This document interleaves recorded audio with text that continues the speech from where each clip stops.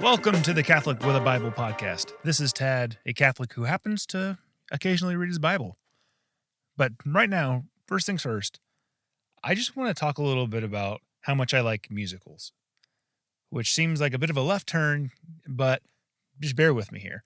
So musicals, whether that being Grease, which super cheesy, or Grease, or The Little Shop of Horrors. I was actually the voice of the man-eating plant when I was in high school. Everybody loves The Sound of Music, even dark stuff like Sweeney Todd. I just love musicals. Now, don't get me wrong, those Broadway musicals where everything's on Broadway and we're gonna go and we're gonna dance and kick, twirl, like the producers, they satire that so well, and that's about as far as I go in that direction. But one of the things I really like about musicals is rather than just being a singular story where somebody acts, they might have thoughts or whatever. These musicals, they happen to have these moments where the story isn't moving forward. You know the plot points, you know what's happened so far, you know what's going on, but normally when you watch a movie, as opposed to a book, you'll hear, oh, this happened. You can see the look on the person's face, but that's about as far as it gets. Within a book, you're actually able to read, this person was thinking X, this person was thinking Y, and now they're going to go do this thing, as opposed to, I'm devastated, and you're going to find out how I feel exclusively through dialogue, which I guess it works. It's not a bad thing, but it's not necessarily how the human mind actually works. If I have a thought and I need to talk to my wife about it, chances are I'm not going to be able to fully flesh that out in a way that she's going to be able to completely grasp what I'm feeling, what I'm getting at. But that's the cool thing about musicals is they'll have all these events taking place, these songs going through, but then you'll have these one-off moments where the plot isn't moving forward. It's just a person. And rather than reading on a page what they're thinking, they might sing about how things are going. They might sing about how they feel. They might sing about what has taken place, and not necessarily because they need to make sure you understand exactly where their mind's at, exactly what's going on, but you get the chance to get the tone from that person just by the matter of how they say it, the way in which those words are put together. So a couple really good examples, just so you know what I'm talking about, is a couple episodes ago when I was talking about Les Miserables. So really early on in the story, Jean Valjean, he's basically, long story short, given a second chance. Well, I guess he's given a third chance now. He could have just squandered that. He could have just ran off. But the moment this happens, he steps off into the other room. He has an opportunity to be by himself. And then the song, which is titled Valjean's Soliloquy, takes place, where you get the chance to have him actually kind of go through his mind, him go through those struggles of, what have I done? Is this who I am? Is this what's going on? I was given a second chance. And if there's something that I should do beyond what I've been doing, then I messed that up. This is striking me in such a way that I look back at my resentments and I still feel those feelings. I still feel resentful. This shouldn't have happened to me. But ultimately, him kind of coming to grips with, I'm going to move forward with this. I'm not going to let this continue. I'm going to be better than I was. And another example of that would be in Phantom of the Opera, where we see the title track, Phantom of the Opera. We know what's going on.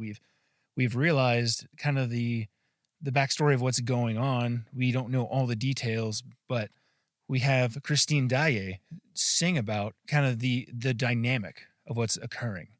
Not because it's necessarily pushing the plot forward. It's really not. It's something we already know about, but it's giving us a taste of what's going on, the experience that she's having. Another example of this would be in Repo the Genetic Opera, which you may never have heard of that, and that's okay. Let's just say it's a super violent movie that was put together by one of the directors of one of the Saw movies. Super violent, takes place in the future within a really hedonistic culture, and there's a man who basically runs the world and finds out, I have terminal cancer. What's going to happen with my legacy? My kids are not worthy. This is not something they deserve. So then he goes off and begins the song, Things You See in a Graveyard. And he just talks about how this is not where my legacy will go. Where will it go? I'm not sure yet, but we're going to find out.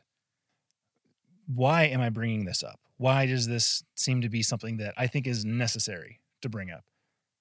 We're talking about the Bible, so why are you talking about musicals? Well, what we're about to cover today is what people might either call the Canticle of Mary or the Magnificat, which Magnificat means like Mary magnifies.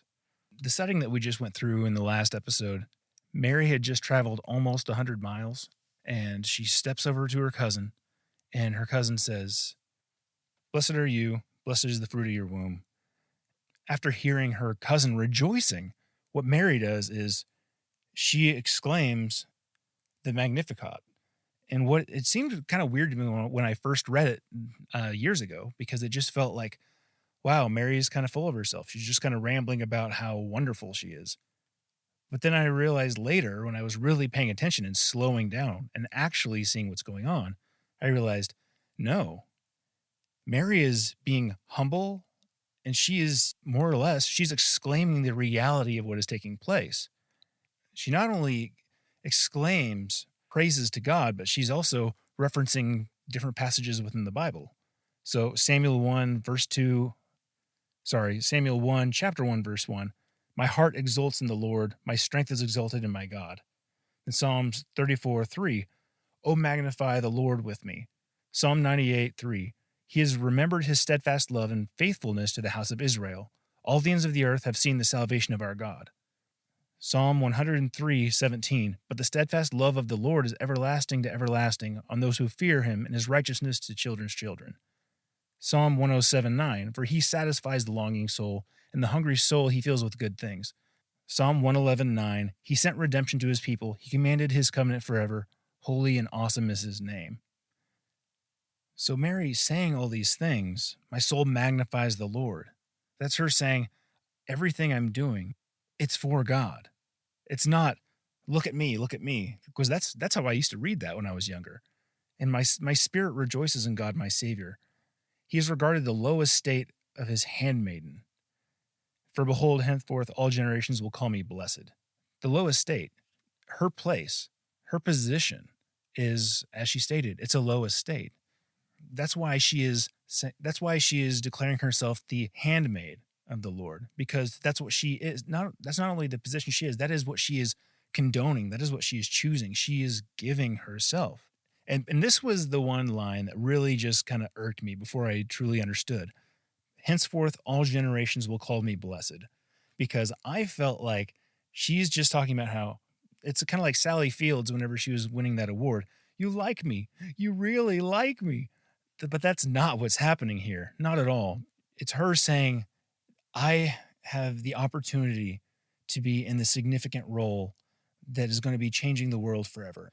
And so I will be seen as significant within that story, not because her role is the big deal. It's because she's humbled that she got to play a role within that story.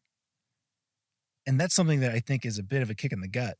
You know, that's not something that we always get the chance to do. Or if we do, it's pretty hard to humble ourselves in that way. She is the lowly that has been lifted up. So the reason why I bring up the musicals in the beginning is because when I was doing some research, somebody made a comment that the Magnificat was a lot like how within operas, they had these moments when the plot would not move forward, and it was just an opportunity to look inside that person, to know who they are and where they are. Being people of the 21st century, it doesn't feel like we're reading a song. We don't see, verse, chorus, or anything like that. In the same way that we don't necessarily see a song when we read the Psalms, but that's exactly what they were. This song is sung or recited during the prayers of the religious in evening prayer. Mary has the opportunity to worship God not through selfishness, but through the humble realization of what her role is in the story of what will be known as Christianity. So thank you for listening to my ramblings. I'm sorry I'm not a priest, a theologian. I'm just a Catholic who reads his Bible and hopes you will too. Luke Chapter 1, verses 46 through 56. And Mary said, My soul proclaims the greatness of the Lord. My spirit rejoices in God my Savior. For he has looked upon his handmaid's lowliness. Behold, from now on will all ages call me blessed. The Mighty One has done great things for me, and holy is his name. His mercy is from age to age, to those who fear him. He has shown might with his arm, dispersed the arrogant of mind and heart. He has thrown down the rulers from their thrones, but lifted up the lowly. The hungry he has filled with good things. The rich he has sent away empty. He has helped Israel his servant, remembering his mercy, according to his promise to our fathers, to Abraham and to his descendants forever. Mary remained with her about 3 months, and then returned to her home.